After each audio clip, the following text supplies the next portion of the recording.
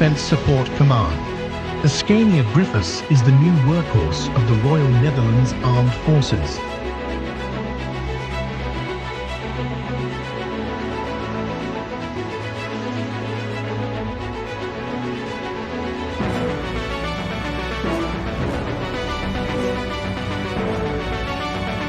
It has been gradually taking over that role from the iconic DAF-4 and 10-tonners since the end of 2020.